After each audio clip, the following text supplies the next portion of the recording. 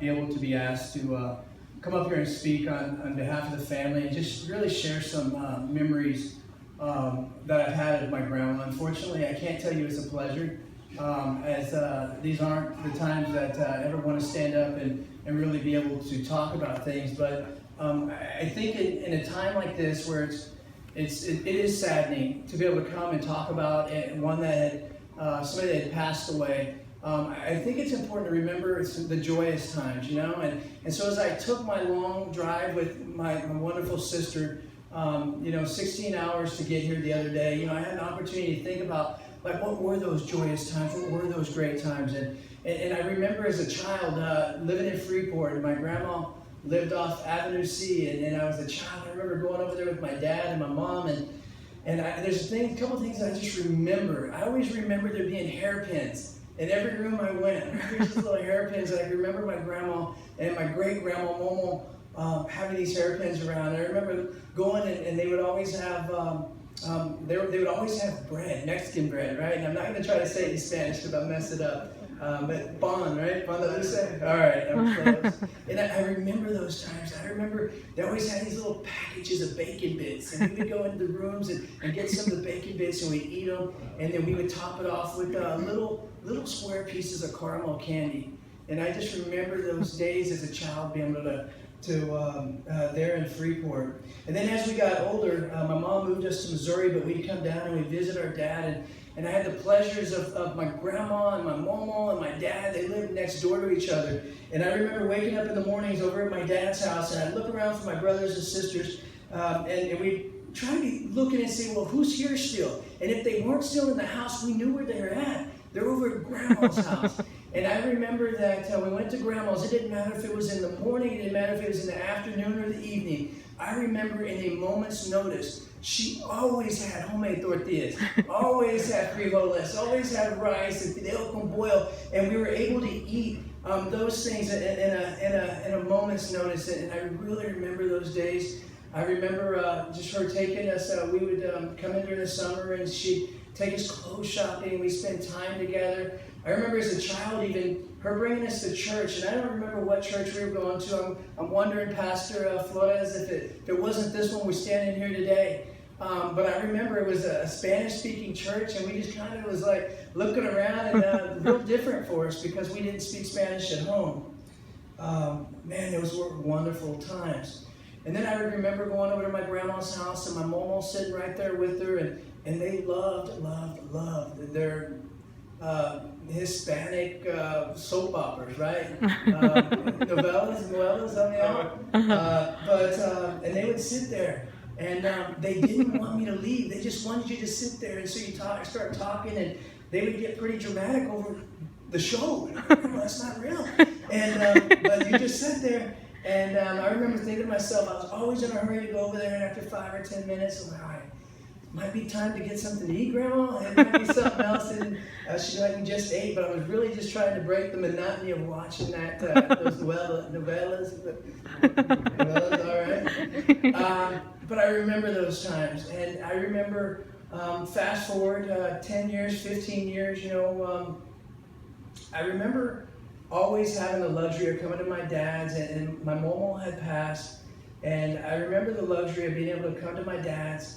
And my grandma was always over there, and she was starting to get older in age, but she was always there and always wanting to do something for someone. And so it wasn't a surprise to hear the glorious words last night about this congregation and this pastor and the many wonderful people that came up here and spoke last night, and really talk about how she was a very servant-type woman, because that's not a surprise to me or my family. But a very tough day came along about 6 years ago. And I came to visit my dad, and there was no other choice but to put my grandmother into a nursing home.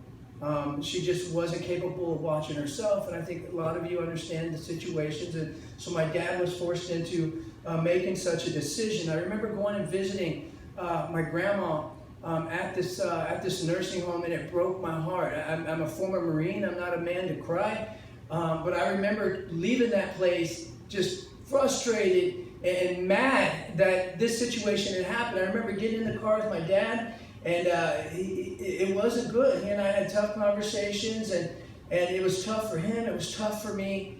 And I went back and I was explaining to my wife, talking to my wife, and we prayed about it. And my wife and I had made the decision to take my grandmother in. And we lived in Missouri at the time. So I flew back down here, I picked my grandma up. We got on a plane. It wasn't something she was used to. It wasn't something I was used to, traveling with my grandmother. But I remember staying in the hotel the night before, and we had 2 queen beds, and she had one sitting over here, and I had one sitting over here. And I don't know that either one of us slept too much that night, because it was just different for us. But I remember getting home, and I remember preparing the place for it at home. We had an upstairs, her room was upstairs on the 2nd floor, and I remember going and buying one of those chairs, electronic chairs that you put up a stairway. You just sit in, and there's a little remote, and she would ride it up. And I remember my baby girls sitting on her lap, and they just wanted to ride up the stairs and ride down the stairs, and then ride back up the stairs and ride down the stairs. And those were wonderful, wonderful times.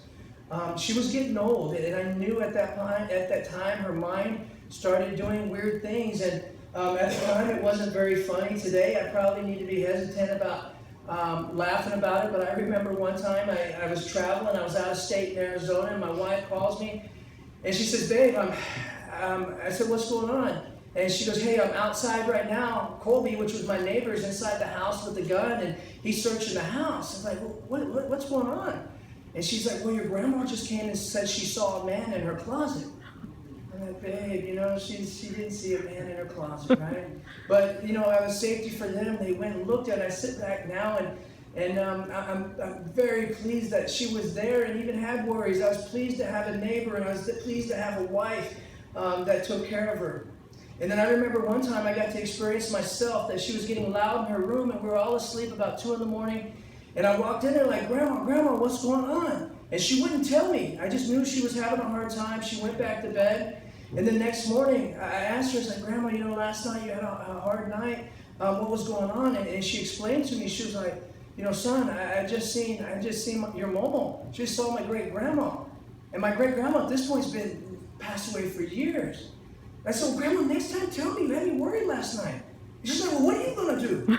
I said, "I ain't seen her in years. I would have hugged her, And at that point, she reminded me. She goes, "I ain't scared of you." She thought I was making fun of her. And that's when I realized my grandma was funny. One of the young ladies last night had stated that she was a very quiet lady, very reserved. And man, that's not how I remember my grandma. She was feisty, and I remember her getting feisty. And man, she gave my wife a run for her money the time that she was inside. She was at our house. But I'll tell you, Texas was home for her. And she made it very clear when she stayed with us in Missouri that she wanted to go back home. I said, "Grandma, you're not moving back into your house. You can't live by your house. You can't live in your house right now." And she said, "I want to get back to Texas. I want to go back to Texas." I'm like, "No, Grandma, you're not going. You're not going. You're not going." And she wanted to come back. She wasn't happy. There was snow and it got cold, and she didn't like the cold and snow. And finally, we prayed about it, and we made the decision that we would let her come back.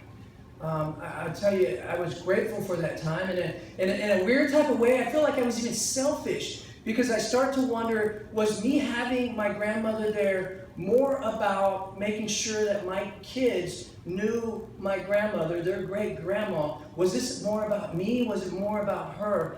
And it was heartbreaking. And I will tell you that I learned a lot through the time that my grandmother was there. I learned a lot about my wife, that my wife, bless her heart, would be willing to take in a family member that she barely knew, and she would be a caregiver to her, feeding and helping with the bathing and the clothes and those types of things. And I just really thank my wife, who's not here today.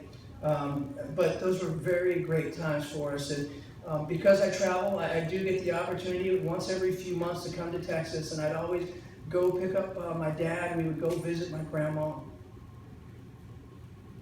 And we would we'd go to dinner, and we'd sit back, and Dad and I just talk about Grandma's conditions and the situation that she's in. And, it's never a pleasure to see somebody pass away. Never is. But I will tell you, because I believe in Jesus Christ himself, that this is a good day. It is a good day that my grandmother is not sitting in a nursing home. It is a good day that my grandmother was a Christian and that she feared God. 3 times last night I heard the verse of Romans, right? Chapter 10, verse 9. 3 times, confess with your mouth that Jesus is Lord. Believe in your heart that God has raised him from the dead, and you will be saved. Verse 13 says, everybody who calls on the name of the Lord will be saved. You know, the goal I have in life, when I look at my grandmother and I think about how she was a servant and a child of God, I think about the verse, and I think about thinking to myself, and when I look at 2 Timothy 4:7, will I be able to say, will I be able to live the life of being told, I have fought the good fight, I have finished the race, I have kept the faith. And I know with my grandma's heart, I know with the loving Christian she is and what Jesus Christ had done for us on that cross, that she has a place in heaven.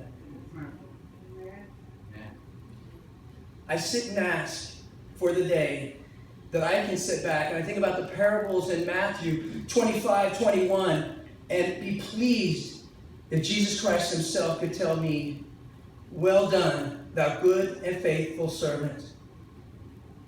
Enter thou in the joy of the Lord, because that's where my grandma went to. As Jesus Christ sat on the cross with criminals on each side, and neither one of those criminals were saved, neither one of them were believers.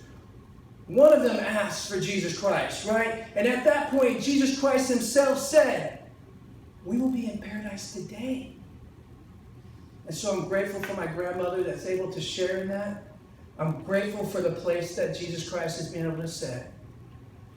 I'm absolutely grateful for the fact that there's churches like this, Pastor Flores, that witness to people that come in, Christians or not Christians, and you're opening your hearts and your doors for these people so that you could share the good word so that more of us could end up in heaven.